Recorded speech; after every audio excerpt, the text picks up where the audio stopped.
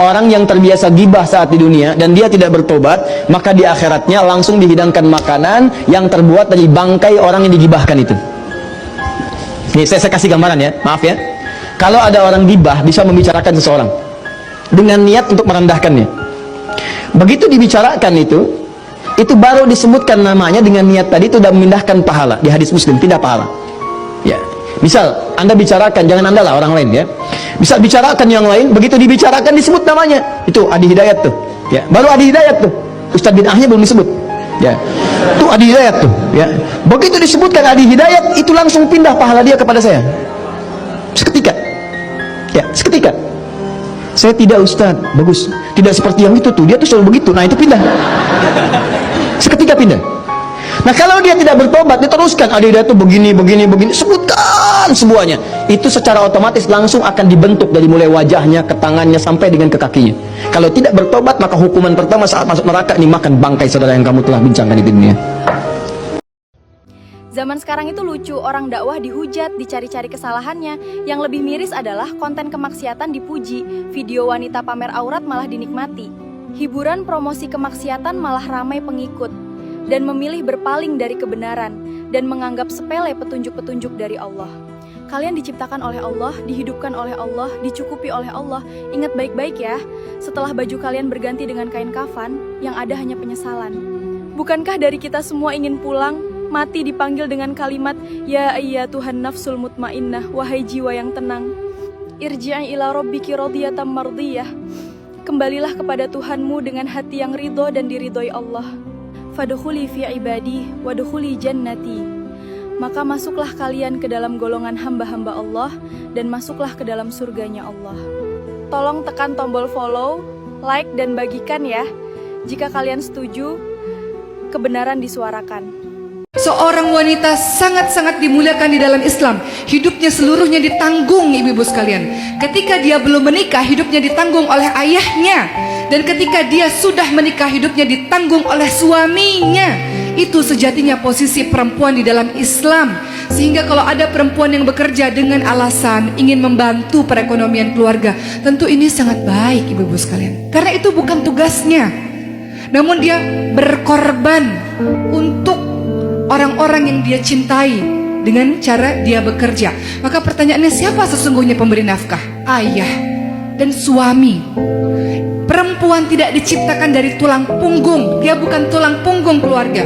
Perempuan diciptakan dari tulang rusuk. Dia harusnya dijaga, dia dilindungi. Itu perempuan. Tapi siapapun perempuan yang menjadi tulang punggung, maka dia sedang berjihad di jalan Allah Subhanahu wa ta'ala. Hidup bukan tentang hari ini dan besok aja. Hidup adalah tentang perjalanan panjang, tapi perjalanan itu pasti ada banyak sekali kejutan-kejutan baik bagi mereka yang sabar menjalaninya. Ketika kita gagal di satu tempat, sebetulnya bukan gagal, Allah lagi mengarahkan kita ke satu takdir. Kita gagal di sini karena emang bukan itu takdir kita. Kita lagi digiring kepada takdir terbaik kita. Tapi orang yang menyerah di tengah jalan itu yang kemudian akhirnya benar-benar gagal. Jadi yang gagal itu siapa? Bukan yang nggak mendapatkan apa yang dia rencanakan. Yang gagal itu adalah orang yang menyerah dalam perjalanan itu. Dia berhenti ikhtiar, dia berhenti berpikir, dia berhenti mencoba.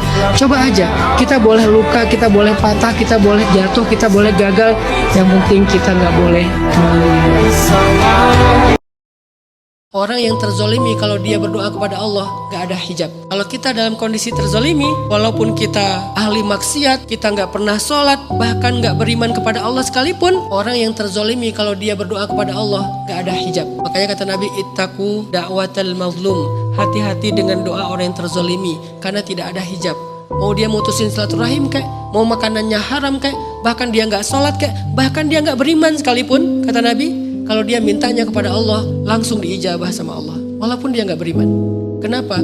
Orang yang terzalimi itu terbuka semua hijab. Tapi saya kalau lagi terzalimi, karena tahu itu hijabnya lagi terbuka, nggak mau saya doain orang yang zalim kepada saya. Rugi banget, mending saya doain diri sendiri, ya kan? Kan kadang-kadang kita berpikirnya pengen ngebales kan.